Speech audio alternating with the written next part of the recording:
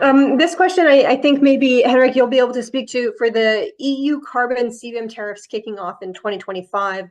How can companies integrate their SAP industry implementations and their global SCM delivery supply chains with SAP?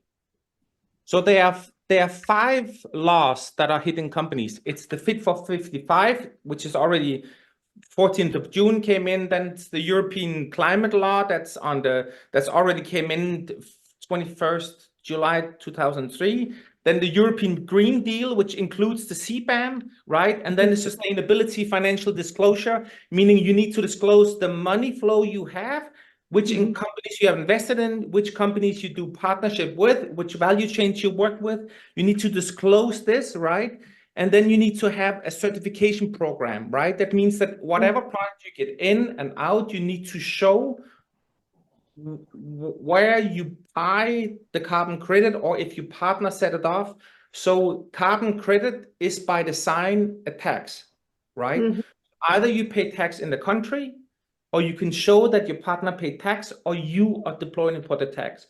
So this is one of the few elements that SAP can add a competitive advantage. SAP could never have a competitive advantage because SAP is only comparative advantage. This is the first time where it goes core to the book. You can have an advantage on CBAM, on your verification, on how you can be 1-2 steps ahead of your competition with the monster you have in your backbone, right?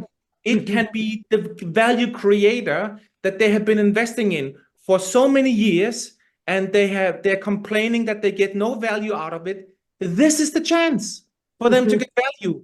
But when you need to get value out, you need to invest first money in order to get the value out, right?